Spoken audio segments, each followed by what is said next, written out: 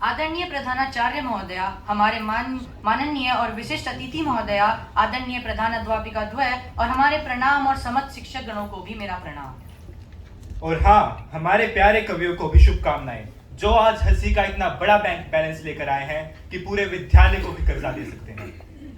तो दोस्तों, आज का यह हास्य बाल कवि सम्मेलन कुछ ऐसा होने वाला है कि यहाँ उपस्थित सभी अपनी गंभीरता को त्याग कर हंसने पर मजबूर हो जाएंगे। अरे चुप हो जा भाई, कहीं गंभीरता ना बढ़ जाए। तो चलिए, बिना किसी देरी के हम आज के इस हंसी की गंगा में डुबकी लगाने के लिए तैयार हो जाएं। और सबसे पहले हम आभार व्यक्त करते हैं हमारे सभी गणमान्य जन का, जो हर बार की तरह आज भी अपने व्यस्त कार्यक्रम से समय निकालकर हमारे इस हंसी की महफिल में शामिल होने आए हैं। हाँ, बिल्कुल सही। और हमारे हिंदी विभाग के छात्रों का भी धन्यवाद, जिन्होंने इस कार्यक्रम को हरी झंडी दिखाई, वरना हमें तो डर लग रहा था कि हमें ग्रीटिंग कार्ड बनाकर न भेज दें कि ओ छात्रों कल आना। तो दोस्तों, अब ताली बजाकर स्वागत कीजिए हमारे शिक्षक गण का, जिनका योगदान सिर्फ पढ़ाई में ही नहीं, बच्चों का मार्गदर्शन करने में भी है।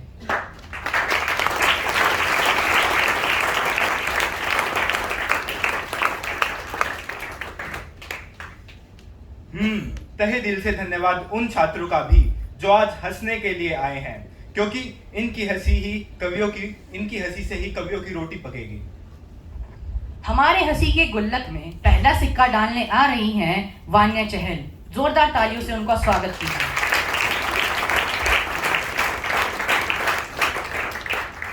नमस्कार, मैं वान्या, कक्षा 5वीं ब की छात्र, आज आप सबके सामने एक कविता प्रस्तुत करने जा रही हूँ। चलिए, मैं आपको लेकर चलती हूँ एक शिक्षा प्रणाली में, जहाँ बताया गया है कि पुराने जमाने में बच्चों को किन कठिन परिस्थितियों से गुजरना पड़ता था। क्लासरूम बच्चों से खचाखच भरा था, मानो क्लास में कोलाहल मचा था। क्लासरूम बच्चों से खचाखच भरा था, मानो क्लास में कोलाहल मचा था। ऐसे में हुई एक ऐसे व्यक्ति की प्रवेश, जिसे देखकर बच्चे भूल गए सारा आपसी कलेश। मास्टर जी आए, दोनों मेजों को सटाए, उस पर गमछा बिछाए और खुद को फैलाए और बड़े प्यार से पूछा, कौन अच्छे से नहा धोकर आया है आज? आगे आओ और शुरू करो मेरे सर की मसाज। बच्चों की सेवा भावना को देखते हुए मास्टर जी उनको सम्मान देते हुए स्वप्न लोक में खो गए। इतने में एक बच्चा आया, पानी से भरा जग मास्टर जी पर गिराया। उन्हें हिलाया डुलाया और कैसे न कैसे करके नींद से जगाया। मास्टर जी को बड़ा गुस्सा आया, थोड़ा गुर्राए और बच्चे की तरफ गुस्से से नजराए। इतने में उनकी नजर दरवाजे पर पड़ी और मंद मंद मुस्कुराए। पूरे विद्यालय में जिसका ज्ञान था सबसे व्यापक, स्कूल इंस्पेक्टर, उनके साथ ही साथ प्रधान अध्यापक। स्कूल इंस्पेक्टर बोले, सर यह क्या हो रहा है? ऐसे मेजों को सटाए कौन सो रहा है? सर यहाँ कोई नहीं सो रहा, ऐसा कुछ नहीं हो रहा। मैं तो बच्चों को रामायण का ज्ञान सिखा रहा था कि बच्चों, पुराने जमाने में कठिन परिस्थितियों में कुंभकर्ण ऐसे ही पांव पे पांव चढ़ाकर सोता था। बड़ा फेमस सवाल पूछा स्कूल इंस्पेक्टर ने। बच्चों, मुझे बताओ, शिव जी का धनुष किसने तोड़ा था? पूरी कक्षा चिल्लाते हुए बोली, मोहन ने। स्कूल इंस्पेक्टर सकपका गए। उन्होंने सोचा, पहले तो शिव जी का धनुष राम जी ने तोड़ा था, ये बदलते जमाने के साथ मोहन कहाँ से आ गया? उन्होंने सोचा, शिव जी का धनुष तो राम जी ने तोड़ा था, ये बदलते जमाने के साथ मोहन कहाँ से आ गया? स्कूल इंस्पेक्टर ने अध्यापक को देखा और अध्यापक ने कहा, मानो ना मानो, शिव जी का धनुष तो मोहन ने ही तोड़ा है। फिर स्कूल इंस्पेक्टर ने प्रधान अध्यापक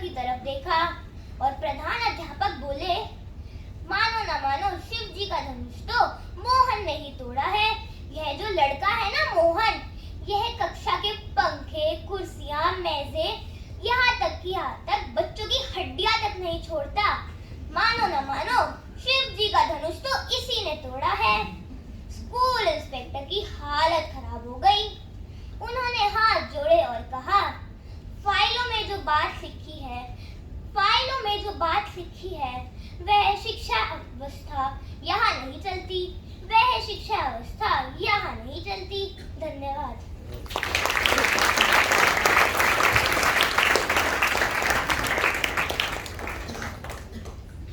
एक बार यमराज की मुलाकात एक पृथ्वीवासी से हुई। यमराज ने कहा, हे प्राणी, तुम कहाँ जाना चाहोगे, स्वर्ग में या नरक में?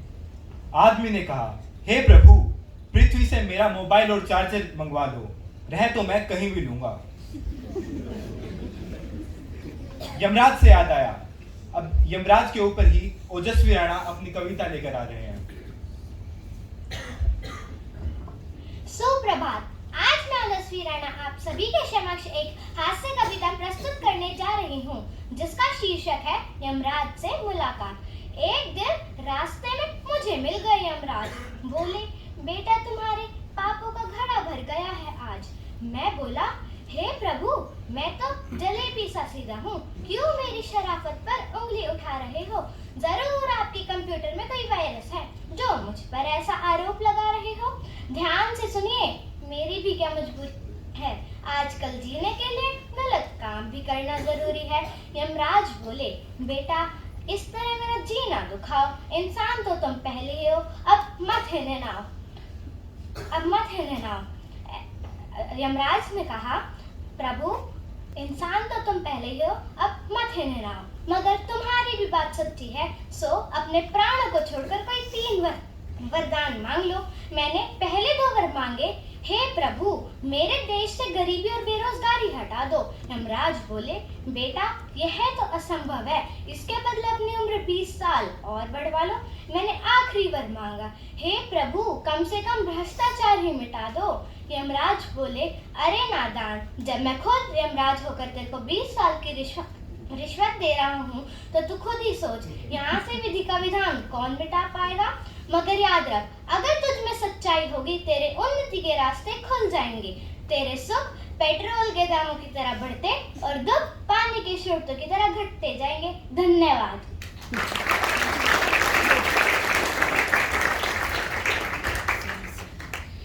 चलिए अब जोरदार तालियों से स्वागत करते हैं हमारे अगले बाल कवि शिवांश ठाकरान का।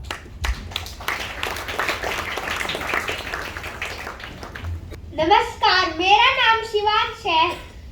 मैं कक्षा 5वीं ब में पढ़ता हूँ। आज मैं आपके सामने एक दुखी पति की व्यथा प्रस्तुत करने जा रहा हूँ, जिसका शीर्षक है आज क्या बनाऊं। एक दिन मेरी वो बोली, ए जी आज क्या बनाऊं? फिर मैं बोला, गधा परसों बना था, मुर्गा कल बना था, तुम कहो तो आज शेर बन जाऊं। फिर वो बोली, मैं पूछ रही हूँ आप क्या खाएंगे? फिर मैं बोला, चिमटा परसों खाया था, बेलन कल खाया था, आज डांट से ही काम चला लूं। फिर वो जरा गुस्से में बोली, मैं पूछती हूँ तुम्हारे दिल में क्या है? फिर मैं जरा डरते डरते बोला, जब राम के दिल में सीता थी और कृष्णा के दिल में राधा थी, तो मेरे दिल में सिवाय तुम्हारे और कौन हो सकता है? फिर वो जरा पिघली और बोली, टिंकू के पापा मैं पूछ रही हूँ कि आप क्या खाएंगे?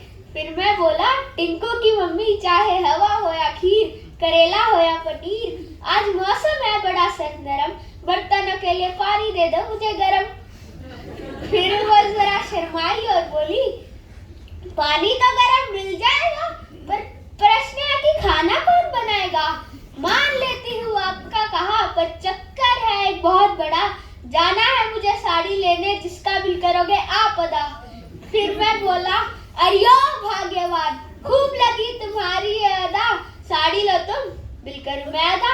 सारी जड़ है खाने की, कुछ नया नया पकाने की, खाने में दे दो मुझे जो है कल का बचा खुचा, क्योंकि मुश्किल है भरना तुम्हारा बिल, जो है तुम्हारी जुबान से भी बड़ा। धन्यवाद।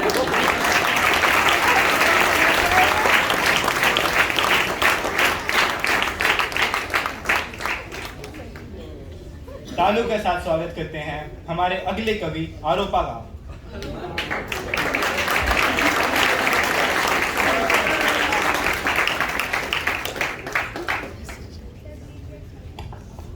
मेरा नाम आरोपा है और आज मैं आपके सामने एक हंसी कविता सुनाने जा रहा हूँ। टमाटर बड़े मजेदार, टमाटर बड़े मजेदार, टमाटर बड़े मजेदार। ओ क्षमा कीजिए, गलत कविता सुना दिया। अभी मैं अपना कविता सुनाता हूँ। ये जो हिंदी के मुहावरे हैं बड़े ही बावरे हैं। खाने और पीने की चीजें से भरे हैं। कहीं फल है तो कहीं आटे दाल है, कभी मिठाई है तो कभी मसाले। चलो फलों से शुरू करते, एक एक कर सबके मजे लेते। आम के आम और गुठलियों के भी दाम मिलते हैं। आम के आम और गुठलियों के भी दाम मिलते हैं। कभी अंगूर खट्टे हैं तो कभी खरबूजे को देखकर रंग बदलते हैं। किसी का दाल काला है तो कोई किसी का दाल नहीं गलते। सफलता के लिए कई पापड़ बेलने पड़ते हैं। सफलता के लिए कई पापड़ बेलने पड़ते हैं। आटा में नमक तो चल जाता है पर गेहूं के साथ घुन भी पिस जाता है। आटा के साथ नमक तो चल जाता है पर गेहूं के साथ घुन भी पिस जाता है। अपना हाल तो बेहाल है, ये मूंग और मसूर की दाल है। भाई साहब आप कुछ भी हो, घी तो खिचड़ी में ही जाता है। भाई साहब आप कुछ भी हो, घी तो खिचड़ी में ही जाता है। कितने मुंह है उतने बातें हैं।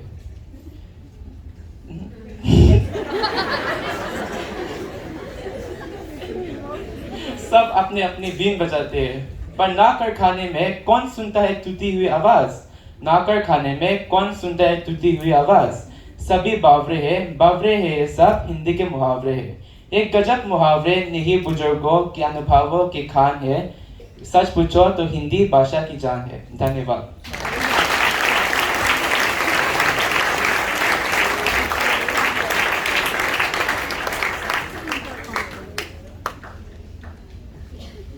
अब कविता के इस रण पर विजय पाने हेतु मैं आमंत्रित करना चाहूंगा हमारे अगले कवि रणविजय सिंह मान को। मैं रणविजय आप सभी के सामने एक हास्य कविता प्रस्तुत करने जा रहा हूँ। मेरी हास्य कविता का शीर्षक है डिजिटल जनरेशन। चलो आइए शुरू करें। कोई मॉडर्न कहता है तो कोई एडवांस बुलाता है। गौर फरमाइएगा, कोई मॉडर्न कहता है तो कोई एडवांस बुलाता है। लगता है कि हमको कुछ नहीं आता जाता है। अरे तुम देख लो दुनिया कभी बच्चों की नजरों से।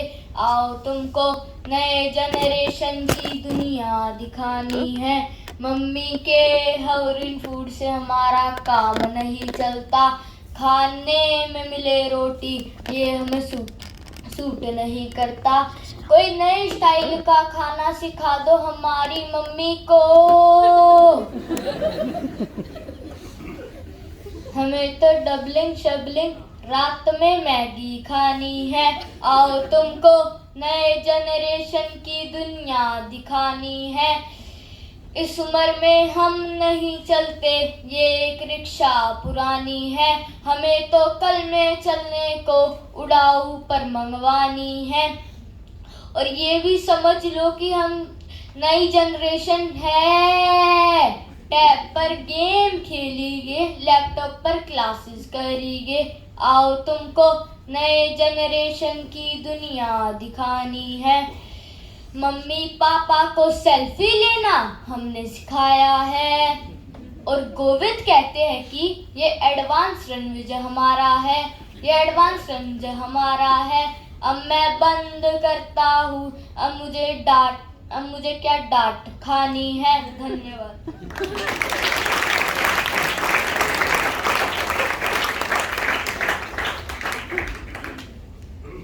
सानवी कहे मैंने उड़ान भरी थी, हाथ में पंख नहीं पर परियां मिली थी।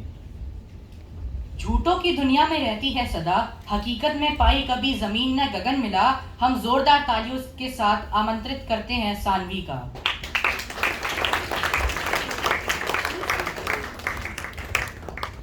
नमस्ते, मैं सानवी आज आपको जूतों के बारे में एक कविता सुनाने जा रही हूँ।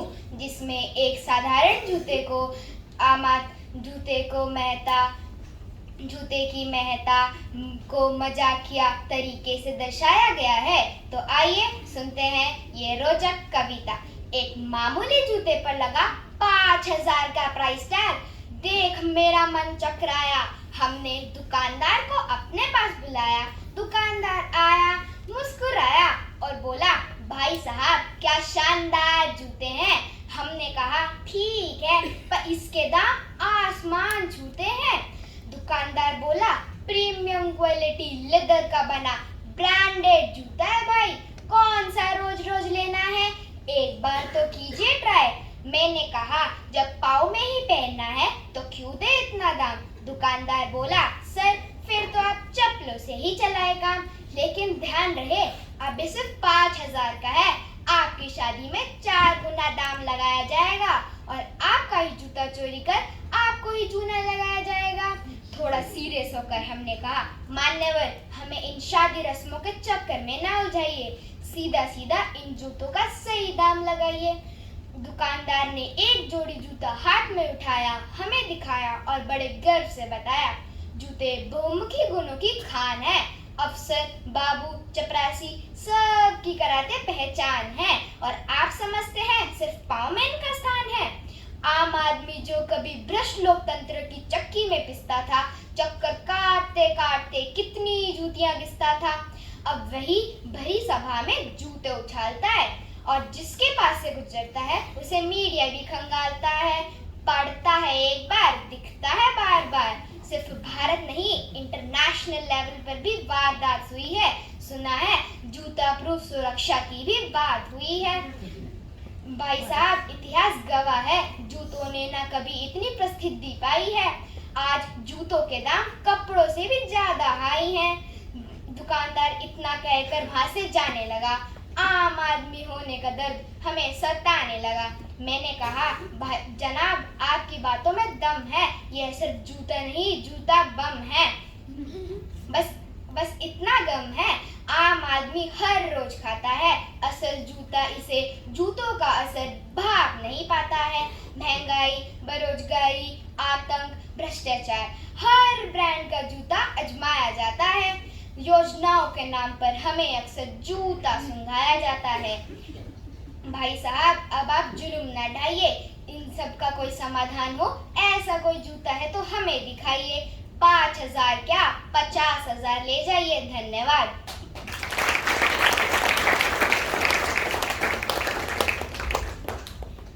आप सभी को हंसाने का लक्ष्य लेकर मंच पर अब आ रहे हैं लक्ष्य कुमार पांडे।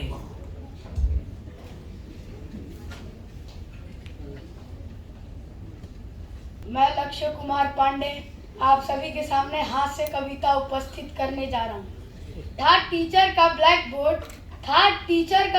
बोर्ड, कभी ज्ञान का खजाना, हुआ ये किस्सा पुराना, अब है मोबाइल का जमाना। मिल जाते हैं मोबाइल पर ही गुरुजी, अब कहते तुम वहीं से पढ़ाई कर लो शुरू जी। अब मोबाइल में टीचर के पास मोबाइल, देखते देखते सारे स्टूडेंट करने लगे स्माइल। वहीं से कर लेते हैं आज्ञा का पालन, पढ़ाई के नाम पे होता है गेम का संचालन। अब टीचर के डांट से भी बच्चे होते हैं बड़े प्रसन्न, क्योंकि टीचर को चुप करने का होता है उनके पास एक बटन। अब टीचर मोबाइल से थोड़ा थोड़ा ही पढ़ाएंगे, वरना बच्चे मोबाइल बंद कर भाग जाएंगे। धन्यवाद।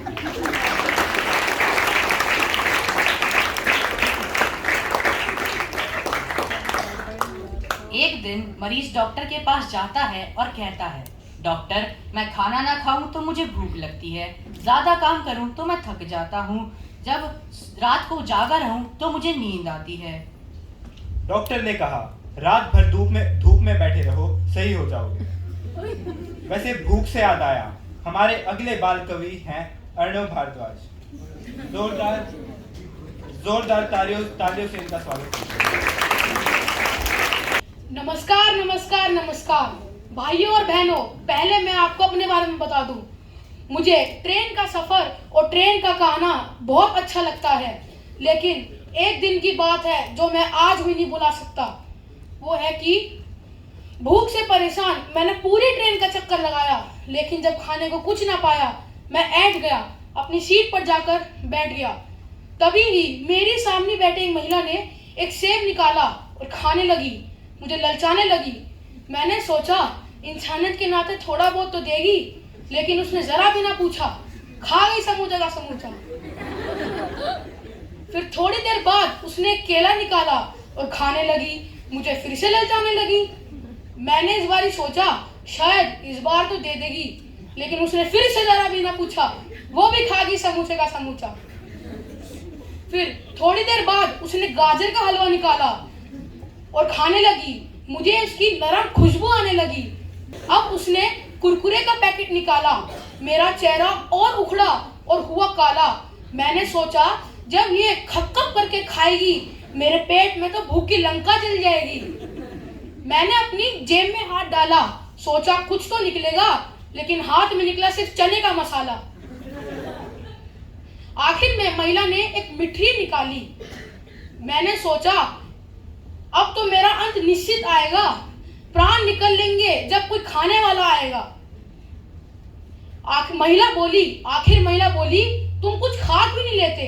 मैंने बोला उम्मीद तो थी तुमसे, लेकिन तुमने मेरी आस तोड़ दी। अब क्या ट्रेन से कूद जाऊं? यही तुमने मेरी आखिरी उम्मीद छोड़ दी। धन्यवाद। कुकू कुकू, हाय कुकू कुकू। भाई वो कोयल नहीं गोयल लिखा है। त्रुटि हुई को। तो चलो तालियों से स्वागत करते हैं हमारे अगली बाल कवि आरव गोयल का।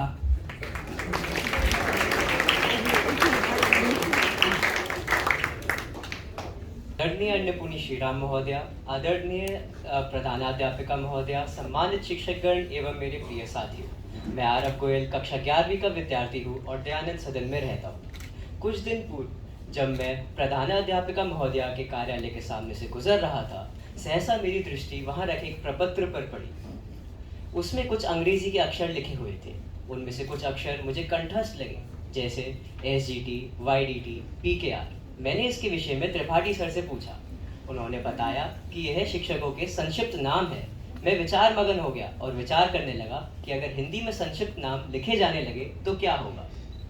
उसी से संबंधित एक कविता मैं आप सभी के सम्मुख प्रस्तुत करने जा रहा हूँ, जिसका शीर्षक है नाम बड़े हस्ताक्षर छोटे।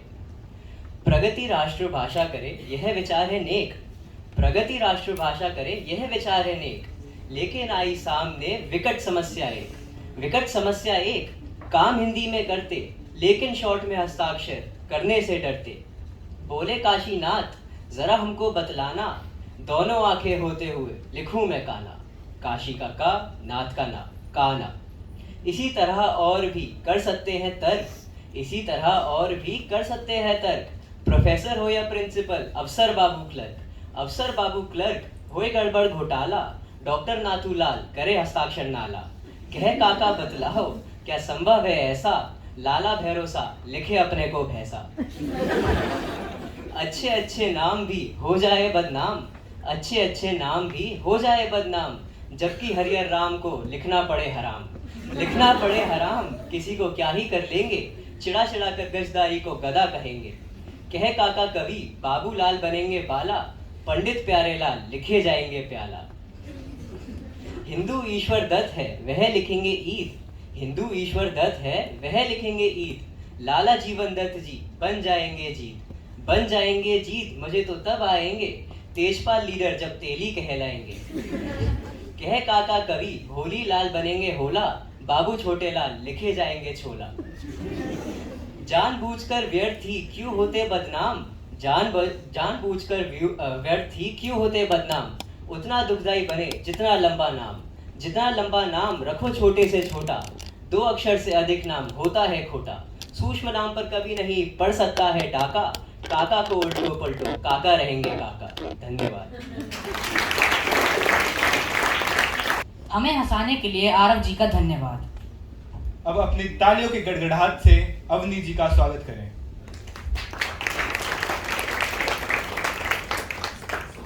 नमस्कार, मैं अवनी आज आप सभी को एक अनोखे किरदार से मिलवाने जा रही हूँ। आशा करती हूँ इन रंगीले किरदार से मिलकर आप सभी को मजा आएगा। तो आइए और मिलिए इनसे। है कद इनका गटका मगर पेट मटका, अजब इनकी बोली गजब इनका लटका। है आंखों में सुरमा ओ कानों में बाला, ये ओढ़े दुशाला चले आ रहे हैं। ये ओढ़े दुशाला चले आ रहे हैं। ये लाली के लाला चले आ रहे हैं। ये लाली के लाला चले आ रहे हैं। कभी ये ना अटके कभी ये ना भटके, खरे हैं इनके सिक्के के लटके। खरे ये ना खोटे लुढ़कने ये लोटे, बिना पंख देखो उड़े जा रहे हैं। बिना पंख देखो उड़े जा रहे हैं। ये लाली के लाला चले आ रहे हैं। ये लाली के लाला चले आ रहे हैं।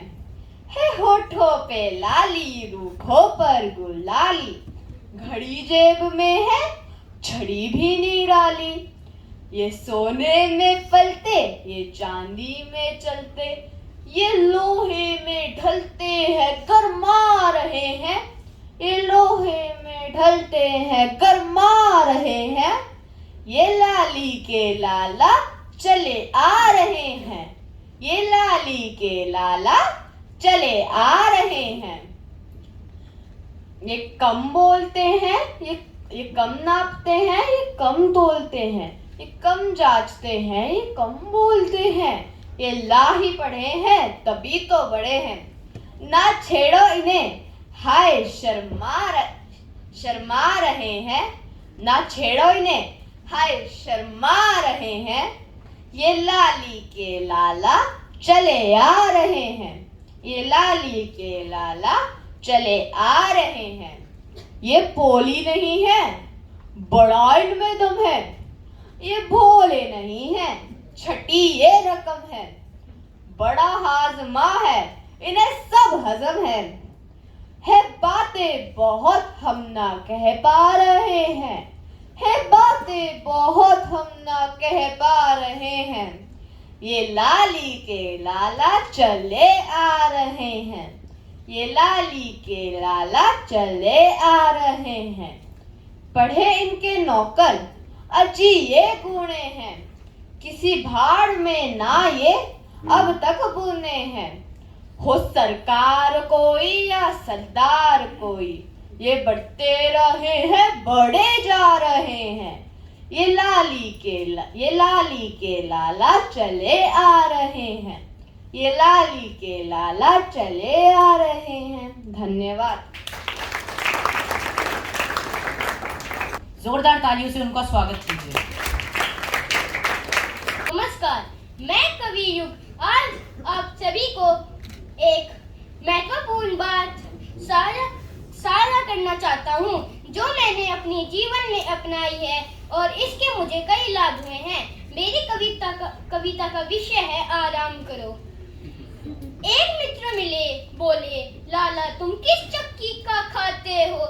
इस डेढ़ छटांग के राशन में भी दूध बढ़ाए जाते हो। क्या रखा है मांस बढ़ाने में? मनुष्य अकल से काम करो। संक्रांति काल की बेला है, मन मिटो जगत में नाम करो। हम बोले रहने दो लेक्चर, पुरुषों को मत बदनाम करो। इस दौड़ धूप में क्या रखा? आराम करो, आराम करो। आराम जिंदगी की कुंजी, इससे न तपेदिक होती है। आराम सुधा की एक बूंद, तन का दुबलापन खोती है। आराम शब्द में राम छिपा जो बंधन को खोता है। आराम शब्द का ज्ञाता ही तो बिरला योगी होता है। मैं इसलिए तो कहता हूँ मेरे अनुभव से काम करो। ये जीवन यौवन चंबंगूर, आराम करो, आराम करो। यदि करना ही कुछ पड़ जाए तो अधिक न तुम उत्पात करो। घर में बैठे बैठे बस लंबी लंबी बात करो। करने धरने में क्या रखा? जो रखा बात बनाने में। जो होठ हिलाने में रस, वो कभी ना हाथ हिलाने में। तुम पूछो मैं बतलाऊं, है मजा मूर्ख कहलाने में, जीवन जागृति में क्या रखा, जो रखा है सो जाने में। मैं यही सोचकर पास अकल के कम ही जाया करता हूँ, जो बुद्धिमंजन होते हैं उनसे कतराया करता हूँ। दीप जलने से पहले ही मैं घर आ जाया करता हूँ, जो मिलता है खा लेता हूँ, चुपके से सो जाया करता हूँ। मेरी गीता में लिखा हुआ जो सच्चे योगी होते हैं वे कम से कम 12 घंटे तो बेफिक्री से सोते हैं। मैं औरों की तो नहीं बात पहले अपनी ही लेता हूँ, मैं पड़ा खाट पर ऊंटों को ऊंटों की उपमा देता हूँ। मैं खटरागी हूँ, मुझको तो खटिया में गीत फूटते हैं, छत की कड़ियाँ गिनते गिनते छंदों के बंद टूटते हैं। इसलिए तो कहता हूँ मेरे अनुभव से काम करो, बिछा लो ये खाट आंगन में, लेटो बैठो आराम करो। धन्यवाद।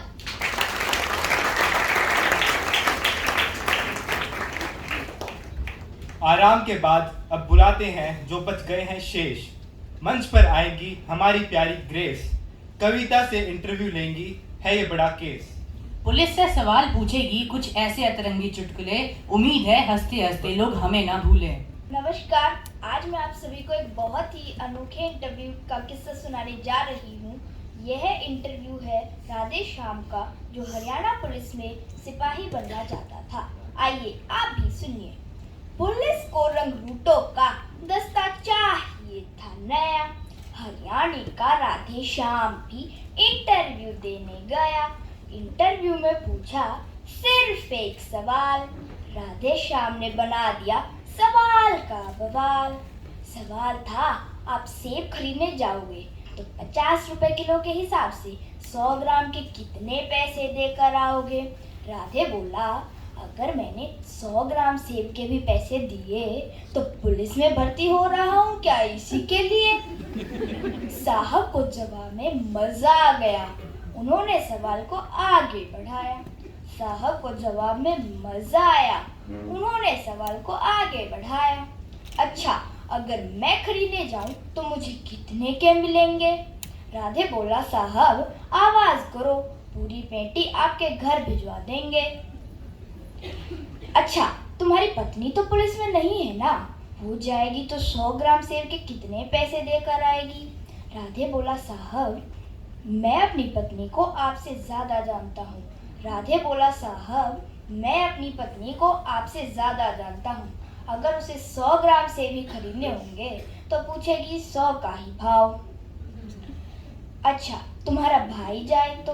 जी, मैंने अपने भाई को कई बार बाजार जाते देखा है, लेकिन हर बार उसे पान लेकर आते ही देखा है। अच्छा, तुम्हारी बहन जाए तो? जी, मेरी एक बहन थी, लेकिन उसकी शादी हो गई, अब वो जाने या बहनोई। राधे श्याम, तुम्हारे पिताजी भी तो बाजार जाते हैं। हाँ, लेकिन उनके दांत नहीं हैं, वे सिर्फ केले खाते हैं। आप मुझे एक बात बताओ श्रीमान, तनख्वाह तो दोगे सिर्फ एक आदमी की, सेब खरीदने पर लगा दिया पूरा खानदान। तुम्हारा कोई दोस्त है राधे? हाँ जी, है ना, सीताराम, वो सेब खाता है। हाँ, कोई खिलाए तो खा लेता है। साहब, आपने भी सवाल को खूब खींचा है, लगता है आपका कोई सेब का बगीचा है। कुछ भी हो, पर आप अपना जवाब ले लो। सीताराम फल वाले को 5 रुपए देगा और कहेगा इतने के दे दो, पर इतने के कितने? अब वो तो फल वाले की मर्जी, इतने के दे दे कितने। राधे श्याम, अगर कोई आम आदमी जाए तो 100 ग्राम सेब के कितने पैसे देकर आए? आम आदमी की बात सुनकर राधे श्याम सीरियस हो गया थोड़ा, बोला, आपने आम आदमी को सेब खरीदने लायक ही कहाँ छोड़ा? आम आदमी तो सेब का ठेला लगाता है, खरीदने तो खास ही जाता है। राधे श्याम, तुमने तो जरा सी बात का बना दिया बवाल। राधे बोला, साहब मुझे तो शुरू से ही पसंद नहीं है सवाल। मेरे विचार से दुनिया में आज जितनी भी गड़बड़ है, असल में सेब ही सबकी जड़ है। अगर उस दिन आदम और हवा एक सेब न खाते तो न मैं यहाँ आता न आप यहाँ आते, न 100 ग्राम होता न 500 ग्राम, न आप साहब होते न मैं राधेश्याम। इंटरव्यू का हुआ यह परिणाम, आजकल सब्जी मंडी में डंडा फटकारते हैं राधेश्याम, खुद तो भरपेट खाते हैं और साहब के लिए 100 ग्राम भिजवाते हैं। धन्यवाद।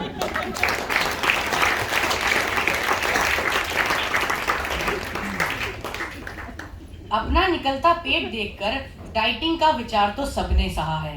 अपना निकलता पेट देखकर डाइटिंग का विचार तो सबने सहा है। फिर गोलगप्पे, मोमोज, पाव भाजी देखकर डाइटिंग कल कर लेंगे, ये भी सबने कहा है, ये भी सबने कहा है। इसी विषय के इर्द गिर्द घूमती कविता लेकर मंच पर आ रहे हैं दीक्षित खोसला जी।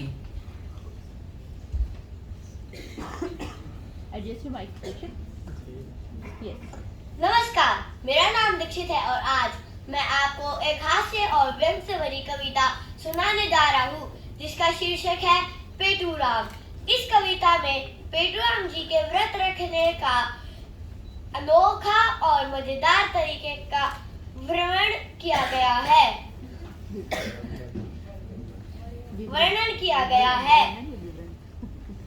तो आइए इसका आनंद लेते हैं। ध्यानदार जी, चलिए भोजन तैयार है। पेटूराम बोले, आप भोजन कीजिए। मैं। ध्यानदार जी बोले, क्या आप भोजन नहीं करेंगे? पेटूराम बोले, नहीं नहीं, आज मेरा उपवास है। ध्यानदार जी बोले, तो उपवास से कुछ तो लेते ही होंगे। पेटूराम बोले, हाँ थोड़ा बहुत खा ही लेता हूँ। ध्यानदार जी, फिर संकोच कैसा, कृपया बताइए। पेटूराम जी, अंगूर मिलते हैं? ध्यानदार जी, हाँ बहुत मिलते हैं। पेटूराम बोले, आधा किलो वही मंगवा लो। ध्यानदार जी, और? पेटूराम, आधा दर्जन केले और 1 किलो सेब। ध्यानदार जी, और? पेटूराम बोले 1 पाव मेवा और 1.25 पाव मिठाई। ध्यानदार जी, ठीक या कुछ और? पेटूराम बोले, आधा लीटर दूध और रबड़ी, बस। ध्यानदार जी, ठीक, और कुछ आ गया? पेटूराम जी, नहीं नहीं, आज मेरा उपवास है, मैं व्रत के दिन ज्यादा नहीं खाता। धन्यवाद।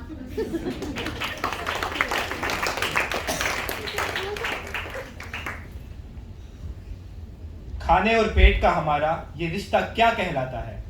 रिश्ता क्या कहलाता से याद आया, मंच पे हमारी अगली कवित्री आ रही है, नायरा। उनकी जोरदार तालियों से स्वागत कीजिए। नमस्कार दोस्तों, आपको पता है कि भारतीय रेल यात्रा बहुत मजेदार हो सकती है। आज मैं नायरा आपके लिए कविता लाई हूँ जो आपको इस सफर की अनोखी झलक दिखाएगी। तो चलिए बिना सीट बेल्ट के ही सही इस यात्रा का आनंद लेते हैं। एक बार हमें करनी पड़ी रेल की यात्रा, देख सवारियों की मात्रा, पसीने लगे छूटने, हम घर की तरफ लगे फूटने। इतने में कूली आया और हमसे फरमाया, साहब अंदर जाना है। हमने कहा, हाँ भाई जाना है। तो उसने कहा, मैं अंदर तो पहुंचा दूंगा, पर रुपये पूरे 50 लूंगा। हमने कहा, सामान नहीं, केवल हम हैं। तो उसने कहा, क्या आप किसी सामान से कम हैं? जैसे तैसे कर कर हम डिब्बे के अंदर पहुंचे। यहाँ का दृश्य तो और भी घमासान था। पूरा का पूरा डिब्बा अपने आप में ही एक हिंदुस्तान था। कोई सीट के ऊपर बैठा था तो कोई खड़ा था। जिसे खड़े होने की भी जगह ना मिली वह सीट के नीचे पड़ा था। इतने में एक बोरा उछल कर आया और गंजे के सिर से टकराया। गंजा चिल्लाया, यह किसका बोरा है? बाजू वाला बोला, इसमें तो 12 साल का छोरा है। इतने में कुछ आवाज हुई और पहला बोला, चली चली। दूसरा बोला, या अली। हमने कहा, काहे की अली काहे की बली, ट्रेन तो बगल वाली चली। धन्यवाद।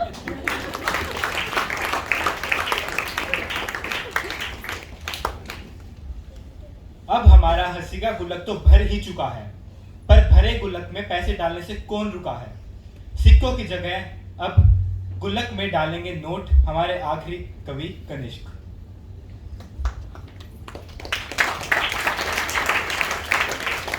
दया प्रधानाचार्य जी, आदरणीय अन्नपूर्णी श्रीराम, सम्मानित शिक्षकगण एवं मेरे प्रिय सहपाठियों, मैं कनिष्क आज आप सभी के सामने कुछ मुक्तक प्रस्तुत करना चाह रहा हूँ। आशा है कि आप सभी इनका सुनकर इनका आनंद उठाएंगे। साथ ही साथ लगभग हर मुक्तक के बाद मुझे आपसे आपकी तालियों की अपेक्षा रहेगी। धन्यवाद। तो हमारे श्रेष्ठ जन यहाँ बैठे हुए हैं और किसी ने सही ही कहा है कि ना गीता से ना कुरान से अदा होती है, ना गीता से ना कुरान से अदा होती है, ना बादशाहों की दौलत से अता होती है। रहमतें बरसती हैं सिर्फ उन्हीं लोगों पर जिनके दामन में गुरुओं की दुआ होती है।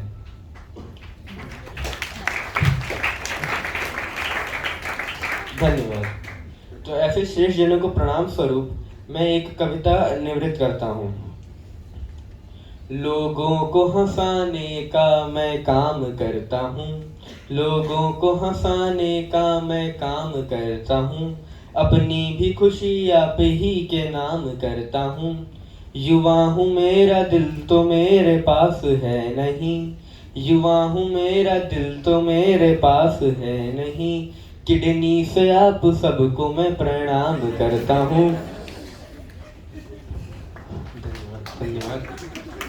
तो प्रस्तुत है एक और मुक्तक। दिमाग से काम लिया और दही जमाने लगे, दिमाग से काम लिया और दही जमाने लगे, जो भी मिला था पैसा उसे गंवाने लगे।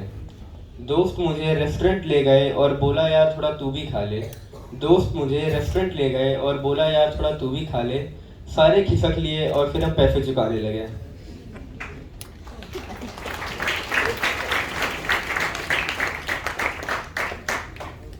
तो प्रस्तुत है एक और मुक्तक। चीनी को जमा करके फिर से गन्ना बना दूं, चीनी को जमा करके फिर से गन्ना बना दूं, हीरा दे कोई मुझको उसे पन्ना बना दूं।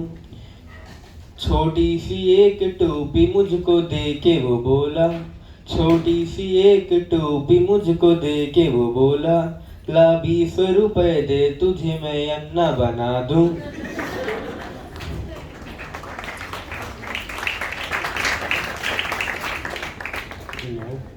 तो पिछले गर्मी की छुट्टियों में मैं अपने एक दोस्त की शादी में गया।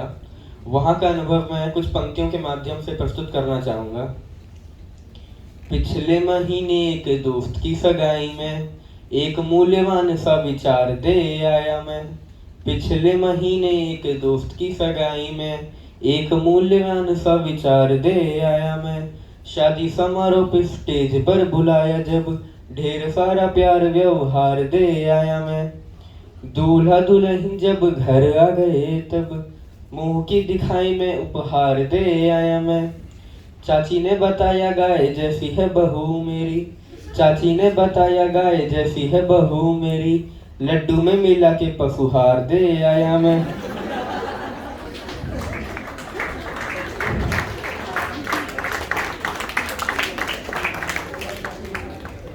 धन्यवाद। एक और मुक्तक प्रस्तुत करना चाहूँगा कि हौसलों को आजमाना चाहिए, हौसलों को आजमाना चाहिए, मुश्किलों में मुस्कुराना चाहिए। खुजलियाँ जब 7 दिन तक ना रुके, खुजलियाँ जब 7 दिन तक ना रुके, आदमी को तब नहाना चाहिए। एक और, तो मैं यहाँ देख सकता हूँ कि मेरे काफ़ी सारे दोस्त बैठकर मुझे सुन रहे हैं। उनके लिए मैं कुछ 4 पंक्तियाँ प्रस्तुत करना चाहूँगा। कद की समानता से काम नहीं बनता है, आपसी विचारों का भी मेल होना चाहिए। कद की समानता से काम नहीं बनता है, आपसी विचारों का भी मेल होना चाहिए। दोस्त वो जो बांटे गम, खाएं पिए साथ हम, करें जो उधारी तो जेल होना चाहिए। दोस्त वो जो बांटे गम, खाएं पिए साथ हम, करें जो उधारी तो जेल होना चाहिए। हम फेल हो जाएं तो कोई गम नहीं, किंतु हम फेल हो जाएं तो कोई गम नहीं, किंतु शर्त है कि दोस्त को भी फेल होना चाहिए। धन्यवाद।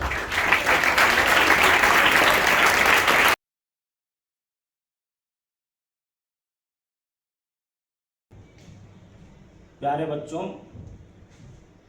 आपको आज के हिंदी दिवस के अवसर पर बहुत बहुत बधाई और शुभकामनाएं।